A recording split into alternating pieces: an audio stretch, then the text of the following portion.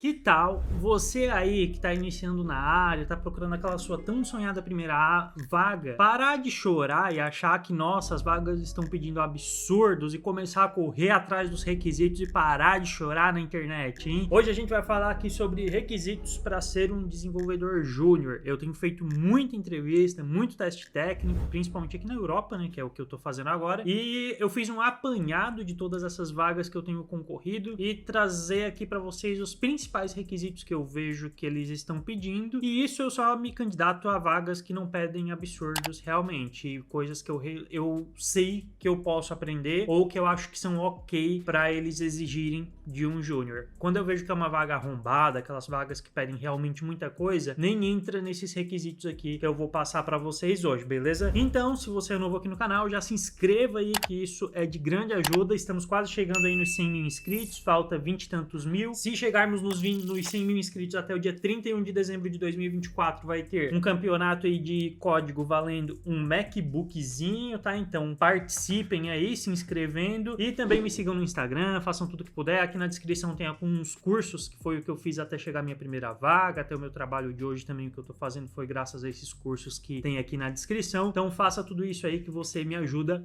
muito, beleza? Aqui no comentário fixado vai ter o canal da Futuro Dev Academy, o meu canal secundário, que lá vai ter mini cursos aí de linguagens de HTML, CSS, JavaScript, depois linguagens de back-end também, e tutoriais, várias coisas. Então aqui na descrição, né, no primeiro comentário fixado, quer dizer, vai ter o canal secundário aí para você se inscrever lá, beleza? Para preencher esses requisitos aqui que eu vou estar passando para vocês hoje. Bom, a gente vai dividir isso daqui em duas etapas, né, front-end e back-end. O que um front-end júnior precisa, o que um back-end júnior precisa. Eu iniciei esse vídeo falando que é bom a gente parar de chorar e começar a correr atrás dos requisitos, e eu sei que existem vagas que realmente pedem coisas absurdas, assim, mas não é toda vaga que pede coisa absurda não, gente. É você que acha que programação é mamão com açúcar, que você saber HTML, CSS, JavaScript, que você vai conseguir uma vaga. Tem gente que tem essa cabeça, daí vê lá uma vaga, ai, precisa saber, sei lá, um banco de dados no front-end. Um exemplo idiota aqui, tá, que eu tô dando. Ai, mas isso é absurdo, porque front-end não precisa e pipipi, popopô. O que tu acha de, ao invés de ficar reclamando tanto, continuar estudando? Só continua acrescentando coisas no teu currículo. Muitas das vezes você tá reclamando sem saber se isso realmente é muita coisa ou não, porque você comprou essa ideia de que HTML, CSS, JavaScript ou React é o suficiente. E isso daí é básico. O ChatGPT faz qualquer aplicação com isso. Tu precisa ser melhor do que o ChatGPT, melhor do que uma inteligência artificial, concorda? Porque se fosse para fazer uma coisa que o ChatGPT faz, a empresa não precisaria te contratar. Então vamos lá. Antes do front-end e do back-end, a gente tem que ter uma coisa que vai unir os dois e que qualquer um dos dois vai precisar dentro da área de TI, que é algoritmos. Inclusive, deixa eu pegar aqui até um livrinho para recomendar para vocês, ó. Entendendo algoritmos, tem o link aqui na descrição também para vocês pegarem, tá? Estude algoritmos, estude lógica de programação. Depois de você já ter uma base, já estudando pela internet mesmo, compre esse livrinho aqui que tem diversos exemplos de algoritmos que são extremamente conhecidos aí no mercado, que são algoritmos que você vai utilizar no dia a dia mesmo. Então, algoritmo, se você for front, você precisa, se você for back, você vai precisar também. Então, isso daí é indispensável, beleza? Daí sim a gente parte para o front-end, tá? Às vezes eu vou ler na tela porque, pô, eu fiz uma lista porque eu não tenho tudo de cabeça, né, gente? O front-end, tu tem que saber ali aquele feijão com arroz, o basicão, HTML, CSS e JavaScript. Por quê? Por mais que tu vai trabalhar com front-end, tu já raramente, eu acho, vai usar HTML, CSS, JavaScript puro, porque tu vai usar ali algum framework, né, React, Angular, Vue ou algum outro framework aí, mas para te usar esse framework, tu tem que saber como as coisas funcionam por trás. Então, por isso, tu tem que saber o HTML, CSS e JavaScript para depois trabalhar com um framework, ou pode ser até que em algum momento tu pegue algum projeto que seja só HTML, CSS e JavaScript. Beleza? Eu acho que isso daí é comum, todo mundo sabe que isso é necessário. Segundo ponto, antes de passar para qualquer outro, se você vai entrar no mercado de trabalho, esse daqui não tem como você entrar sem saber, tá? Git, ferramentas de versionamento, né? Tem o Git, tem umas outras, eu nunca nem usei outras e nem conheço as outras, mas tem que saber uma ferramenta de versionamento. O que é uma ferramenta de versionamento? Tem 10 pessoas na equipe trabalhando, 10 pessoas mexendo no mesmo código. Elas não podem estar mexendo todas nas mesmas versões, né? Nas mesmas ramificações desse projeto. É para isso que você tem que saber trabalhar com Git. Talvez o Git Flow, eu nunca trabalhei com Git Flow, né? Nos 2 lugares que eu trabalhei, e não sei se no mercado é tão utilizado, mas Git Flow é uma coisa basiquinha de se aprender depois que sabe o Git também. Então eu acrescentaria o Git Flow aí na sua lista de estudos também para você já ter isso no seu currículo, beleza? Esse é imprescindível, não tem como faltar. Próximo ponto, esse daqui eu não tenho certeza se vai ser em toda empresa, mas eu acho que sim, porque por mais que tu não vá ser um UX, um UI na empresa, tu precisa ter noções de Figma ou de outras ferramentas que sejam semelhantes ao Figma. Adobe XD e outras aí que eu não sei mencionar porque eu só conheço o Figma e o Adobe XD. Por quê? Porque o UI UX vai fazer o design lá no Figma, no Adobe XD e tudo mais, e vai passar para alguém fazer isso e transformar em código, né? O front-end transformar em código. Então você não é que você precisa saber criar o protótipo, mas você precisa saber usar aquela plataforma para ver ali qual o tamanho desse elemento, qual o espaçamento. Você precisa saber usar a ferramenta como um desenvolvedor e não como um UI UX, beleza? Então tem que ter essas noções aí de Figma ou Adobe XD. Eu acho que o Figma é o mais popular, né? Não tenho certeza aí porque eu acho que o Figma é mais popular justamente por ser gratuito, né? O Adobe XD é pago, então tenta aí uma das duas ferramentas. Próximo ponto aí no desenvolvimento front-end é consumir APIs e fazer tratamento de grandes quantidades de dados, né? Digamos que tu tá consumindo uma API que retorna, sei lá, dezenas de milhares de dados, tu precisa saber fazer, tratar aquilo ali no front-end, né? Então é imprescindível também, não existe um front-end júnior sem saber consumir uma API. E quando eu chego aqui no consumir API, eu nem cheguei a falar essas coisas porque a gente já citou lá no primeiro ponto, que chegando aqui tu já tem que saber usar um framework, né? React, Vue, Angular, um desses 3 aí que são os principais do mercado, porque eu acho que todas as aplicações hoje em dia usam isso. E outra coisa também, Next, né? Se você é de React, tem que saber mexer com o Next atualmente também, né? Hoje em dia o Next é amplamente utilizado aí, porque ele ajuda mais em SEO das páginas e tudo mais, então é um plus aí para você que estuda React e tem que saber. Eu acho que já não é mais nem opcional, você tem que saber o Next se você quer ser um desenvolvedor front-end júnior. Outro ponto, ainda no front-end, esse daqui vai ter nos 2, mas aí vamos continuar aqui no front-end, é testes. Então você tem que aprender uma biblioteca de testes aí. Eu aprendi, né? Eu sei usar o Jest e o Cypress.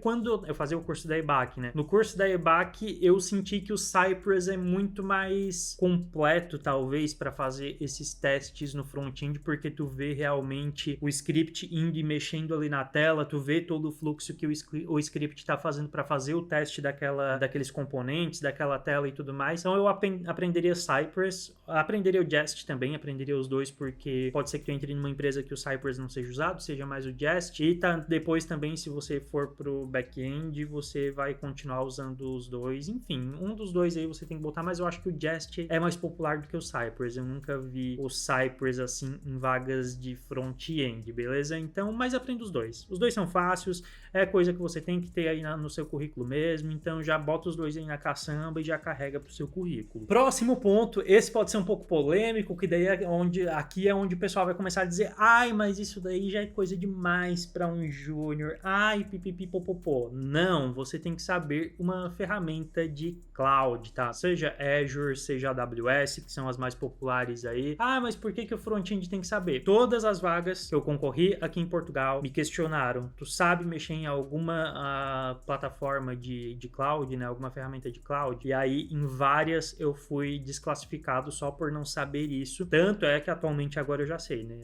Atualmente eu mexo bastante na Azure, então eu adicionei isso no meu currículo porque eu vi que todas as vagas pediam. Pode ser que no Brasil isso não seja tão requerido, eu concorri a poucas vagas no Brasil, né? Mas ainda assim, mesmo que no Brasil não seja tão requerido, isso vai te botar na frente de bastante gente. E é sim um conhecimento que júnior tem que ter, tá? Porque não... Gente, quando tu aprende, tu vê que não é um absurdo aprender o básico, porque tu não precisa ser um DevOps também, que saiba mexer em tudo na cloud, tudo na Azure DevOps lá, né, que é a plataforma deles. Mas tu tem que saber o básico. Pô, fazer um deploy lá dentro é uma coisa básica de se fazer, sabe? Mexer em algumas coisas lá dentro é uma coisa super simples de se fazer. Então, eu acho que sim, um júnior tem que ter os conhecimentos básicos de cloud, beleza? Aí a gente entra em alguns diferenciais que eu acho que não são extremamente obrigatórios pro front-end, mas que algumas vagas vão pedir e elas estão ok, porque daí é um front-end um pouco mais específico. Não é que ele não seja júnior, mas é que daí é para posições um pouco mais específicas e que você vai ter um diferencial aí se ter. Então, o primeiro ponto é trabalhar com WebSockets, né? Quando eu falei ali de consumir API, geralmente quando a gente fala disso aí no básico é consumir APIs RESTful, né? Que é o modelo mais simples que a gente tem de API aí. Mais simples não, mas mais conhecido, né? O mais usado. Então, quando eu falei de consumo de APIs é isso. Mas WebSockets aí é uma outra forma de se trabalhar com comunicações com o servidor, né? Tu não precisa enviar uma request para ter uma response, eu não vou ficar explicando tudo aqui, mas é um diferencial aí se você ter.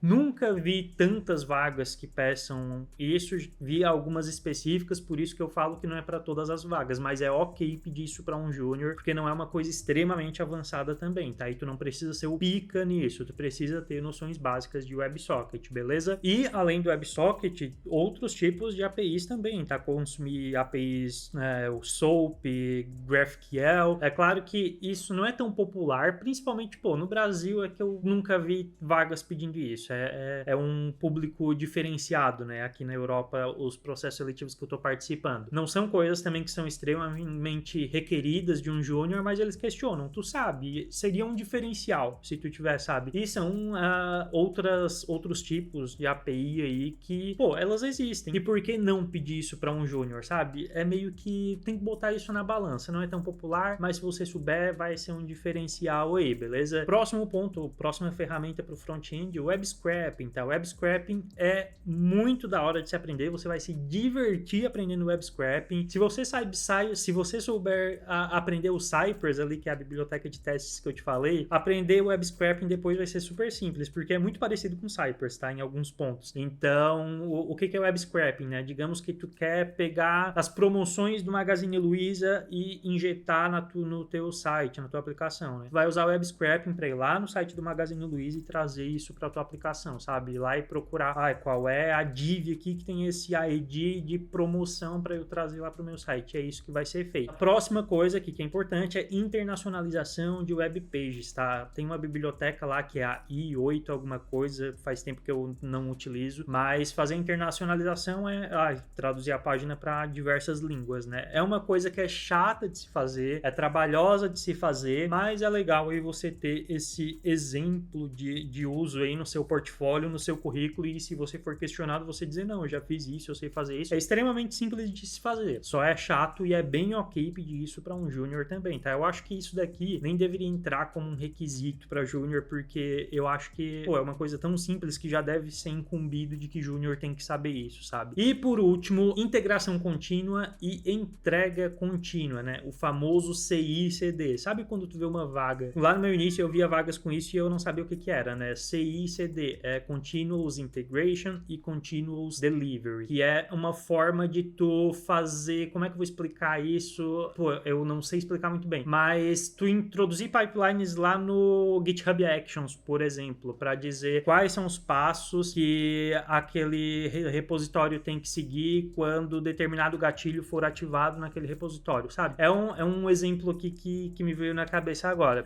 Então, o repositório teve uma atualização, a gente tem que seguir essas linhas de comandos aqui, essas pipelines, para enviar isso para a nuvem, sabe? É mais ou menos isso, é uma integração contínua, entrega contínua, né? É para toda vez que tu atualizar o teu repositório, por exemplo, né? E subir uma nova branch para main. Tu não precisar ir fazer tudo manualmente para essa atualização chegar na tua aplicação. Tudo já tem que ser meio que automatizado para chegar nisso. Então, você tem que dar uma estudada aí em entrega contínua e integração contínua, beleza? Eu acho que no front-end é isso. É bastante coisa? É bastante coisa. Mas, gente, esquece de entrar no mercado com HTML, CSS, JavaScript e React. Isso daqui é um Dev Júnior. E ainda tem mais coisas que eu acho que entraria como Dev Júnior, tá? Mas isso daqui é o que eu vejo bem comum sendo pedido nas vagas aí que eu tô participando, que eu participo de testes técnicos e tudo mais. Pô, toda semana eu participo de uma processo aqui em Portugal, tá? Então isso foi o que eu consegui tirar dessas empresas que eu estou participando. Partindo para o back-end, John, mas tu agora é back-end, por que tu falou do front-end? Como é que tu participa de processos seletivos? Gente, eu sou chamado para vários processos seletivos aqui em Portugal. Eu participo de todos, mesmo que eu não queira trabalhar aqui em Portugal agora porque eu estou começando a estudar na Escola 42, eu participo do processo seletivo justamente para ter essa experiência, sabe? Para saber como é que é o processo, quais são os requisitos, participar do teste técnico, ver como é que é o teste técnico. Tem uns testes que me decepcionam por ser tão idiotas e tão ruins, tem outros que são mais desafiadores e eu vejo que são testes que, pô, gostei de se fazer e são testes que agregam bem na tua experiência. E é isso, eu vou participando para ter as experiências, tá? Daí o back-end, eu participo muito mais de processos para back-end do que de front, mas às vezes eu sou chamado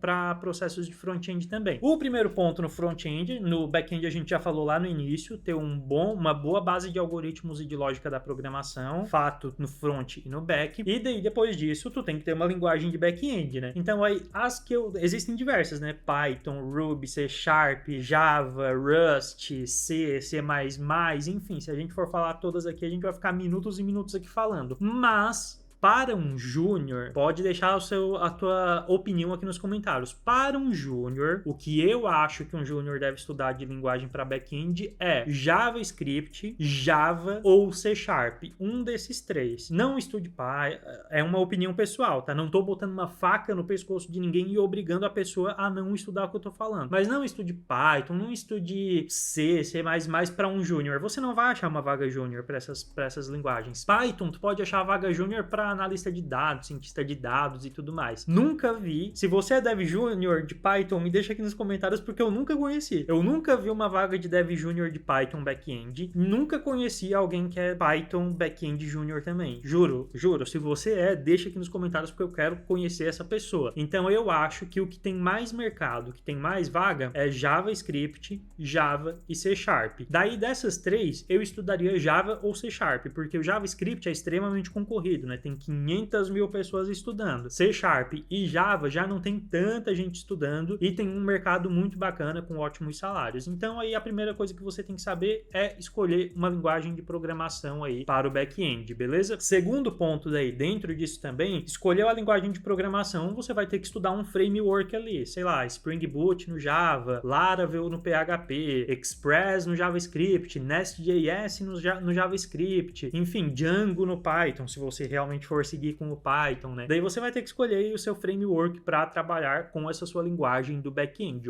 Esses três primeiros pontos são imprescindíveis: algoritmo e lógica, linguagem de programação, framework para trabalhar. São o básico do básico, é igual o HTML, CSS, JavaScript lá no front-end. Isso daqui é o básico do back-end, fechou? Daí, beleza, tem esses três primeiros pontos, passamos para os bancos de dados. Então a gente tem dois tipos de banco de dados e você tem que saber os dois, não adianta saber um só. Banco de dados não relacional, eu só conheço e eu só usei o MongoDB até hoje. Tem alguns outros exemplos aí, mas eu nunca utilizei, não conheço, não tem nenhum como destaque para vocês, mas pesquisa aí outros bancos de dados não relacionais para você estudar também. Por que é banco de dados relacional e banco de dados não relacional? Vamos citar o banco de dados relacional primeiro, que daí é o próximo ponto. Saiba um banco de dados relacional também, que é SQL, SQL Server, Postgres. Então tem que saber os dois, relacional e não relacional. E agora a diferença entre os dois. No banco de dados relacional você tem tabelas, então você tem a tabela usuário, você tem a tabela pedidos, você tem a tabela,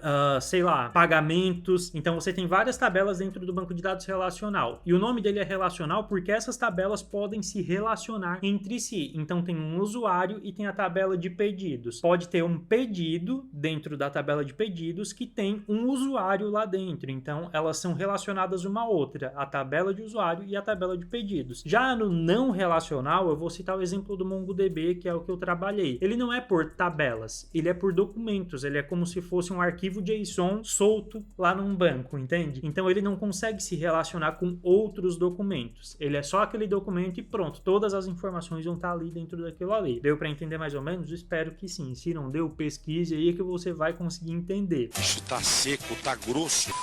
Daí a gente passa para o principal construído dentro do back-end, né? É claro que existem dezenas de outros tipos de back-end, mas vamos falar aqui do básico para um back-end júnior, o mais simples ali, que é construir APIs, né? Então, tu vai construir APIs RESTful, pode ser que tu construa APIs SOAP, pode ser que tu construa APIs, quais os outros tipos que tem, GraphQL ou vários outros tipos de APIs aqui. Mas foca no RESTful, que é o que mais tem mercado, é o que mais tem vagas para júnior. Também nunca vi vagas de back-end júnior pedindo outros tipos de APIs assim. Claro que eu já vi, mas não tão comum quanto pedindo para te saber construir APIs RESTful, beleza? Daí, o próximo ponto é o mesmo que lá no front-end. Para você trabalhar com back-end, você também tem que saber uma ferramenta de versionamento, né? Então, aí, aprender o Git, que vocês também conhecem alguma outra ferramenta que não seja o Git, que seja utilizada nas empresas? Nunca vi nenhuma vaga que pedisse outra ferramenta de versionamento. É igual o Python ali que eu falei que eu nunca vi uma vaga, tá? Eu também nunca vi uma vaga que pedisse outras ferramentas. Eu até já vi o nome de algumas outras ferramentas, mas nunca vi vagas que pedem elas, tá? Então, aprenda Git, que é a ferramenta de versionamento mais utilizada no mercado e a mais conhecida, beleza? Próximo ponto, daí você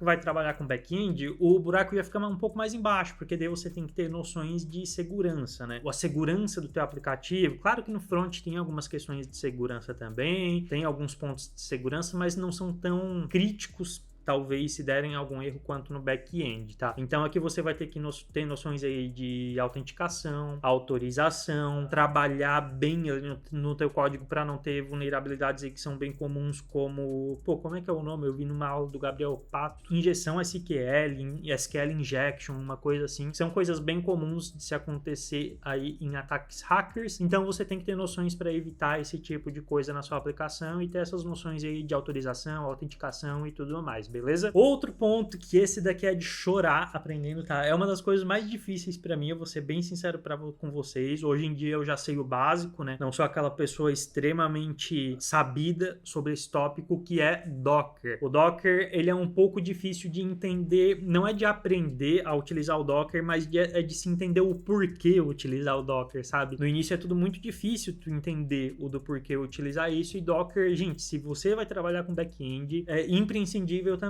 Tanto quanto a linguagem de programação que você vai escolher, o Docker é extremamente obrigatório. E outras ferramentas também que eu sempre vejo junto com o Docker, como Kubernetes. Kubernetes eu nunca estudei, nem sei como funciona, nem sei como se trabalha com isso ainda, mas é bem comum ver em vagas de back-end júnior também, e eu não acho que seja um requisito, nossa, tá pedindo isso para júnior. Muito pelo contrário, eu sei que eu tenho que estudar para preencher essa lacuna aí no meu currículo, tá? Então bota aí Docker e Kubernetes para você estudar aí. Repetindo aqui, eu vou repetir isso mais uma vez, porque eu sei que tem gente que assiste os vídeos e deturpa o que eu falo, ou talvez a cabeça da pessoa faça eco dentro, não tenha nada e não consiga entender o que eu falo, porque tem gente que é assim, eu falo uma coisa no vídeo e vem nos comentários falar que eu falei outra. Isso daqui não quer dizer que você tem que ser especialista em Docker, especialista em Kubernetes, especialista em segurança, mas você tem que saber os pontos básicos desses tópicos aqui para trabalhar com back-end, beleza? Espero que você tenha entendido. Outro ponto que daí entra junto lá com o front-end, que a gente já citou lá, é ferramentas de testes, né? Daí vai depender muito da linguagem que você trabalha. Tá? Se você for do JavaScript, o Jest ali vai ser uma ferramenta de testes bem utilizada. Se você for do .NET, como eu sou, tem umas 3, 4 aí que eu ainda não sei qual é a mais utilizada no mercado. Daí você vai pesquisar aí qual é a ferramenta mais utilizada na linguagem que você vai estar trabalhando, tá? Daí a gente tem que estudar testes de unidades, né? Teste unitário, teste de integração e teste E2E, né? End-to-end, ponta a ponta. Então aqui os testes são um pouco mais complexos do que no front-end, tá? Eu achei os testes no back-end muito mais complexos do que no front-end, então tem que estudar esses 3 tópicos aí e são obrigatórios, tá? Daí entra até num outro ponto que eu vou citar aqui, que é arquiteturas e métodos de se criar, né, uma aplicação back-end. Geralmente quando tu for trabalhar, tu já vai pegar uma aplicação pronta, então ela já vai ter ali a sua arquitetura, os seus métodos de trabalho dentro dela. Então tem projetos aí que tu vai pegar que tem microserviços, tem projetos que é seguindo o Domain Driven Design, tem projetos que tu vai pegar que é seguindo o TDD, que é o pior pesadelo que eu já tive estudando back-end. Eu juro pra vocês que é fazer os testes antes de criar o que tu precisa criar no back-end. Eu preciso criar um usuário. Tu não vai criar a lógica de criar o usuário primeiro. Vai criar os testes antes de criar a lógica. Enfim, isso aqui na Europa, eu passo por muito processo seletivo que é dessa forma, tá? Que eles usam TDD. Pra mim, é o pior pesadelo que eu poderia ter na minha vida é trabalhar com TDD, tá? Mas é uma coisa aí que eu botaria na minha lista de estudos e que eu botaria no meu currículo, porque é algo que vai te diferenciar bastante, tá? Então, bota aí o TDD, como eu falei, bota um DDD, novamente, não precisa ser especialista. Bota microserviços, estuda como funciona microserviços. Talvez até, isso é uma coisa que eu não tenho, tá? Mas que eu tô estudando porque eu sei que tem muita vaga júnior que pede também. Não vou ficar chorando e dizer, ai meu Deus, eles estão pedindo mensageria para um back-end júnior agora, estão pedindo muita coisa, o mercado tá um lixo mesmo. Não, eu vou estudar mensageria porque é uma coisa que eu vejo que as vagas de back-end júnior pedem. E eu não sei ainda, tá? Não tô dizendo que eu tenho todos esses requisitos aqui, não. Esse é um exemplo. Mensageria eu não sei, que é RabbitMQ, umas coisas assim que, pô, não faço nem ideia de como se trabalha com isso. Mas é um requisito aí que precisa ter em back-end júnior também, beleza? Daí depois, como lá no front-end, aqui também precisa do CI/CD, né? Continuous Integration, Continuous Delivery. A mesma coisa. Acionou um gatilho lá no nosso repositório, a gente já vai enviar isso para cloud, isso e aquilo. Enfim, isso daqui é outro que é imprescindível. No front-end, isso não é tão imprescindível quanto no back-end, tá? No front-end, isso vai ser um diferencial. No back-end, isso é obrigatório, é mandatório você saber Continuous Integration e Continuous Delivery, tá? E não é muito difícil, tá, gente? É difícil, não vou dizer que não é difícil, mas não é muito difícil, não é aquela coisa de chorar, de se rasgar igual o TDD. Mas o TDD é porque eu não gosto mesmo, não é que seja muito difícil também, é porque eu não gostei. E por último, lá no front-end eu já falei também, Cloud, né? Azure, AWS, Google Cloud, Skin, Oracle, né? Tem dezenas de exemplos aí de Cloud. Novamente, lá no front-end, isso é um diferencial. Se você souber aí uma ferramenta de cloud, vai ser um diferencial no seu currículo e isso pode te ajudar muito e não é algo pavoroso de se pedir para um front-end. No back-end, isso é obrigatório, tá? No back-end, meio que é obrigatório aí de saber alguma ferramenta de cloud. Se você for .NET como eu, geralmente, não é sempre, é Azure, né? Porque tudo ali no ecossistema da Microsoft. Mas pode ser que você também pegue aí um sistema .NET que seja com AWS, com Google Cloud, com alguma outra coisa, com Oracle, né? Mas estude aí, que eu acho também, eu ainda não mexi na AWS. Talvez se você souber bem da Azure, depois se você for aprender a AWS, não vai ser tão difícil porque você já tem umas noções ali da Azure, tá? O mesmo daí se aplica a outras, né? Tipo a Oracle, ou Google Cloud, esses outros serviços. Eu acho que isso daqui é o básico aí que você precisa saber para front e para back. Eu quero ser full stack. Daí complica, né? Então isso é um negócio muito complicado, cara.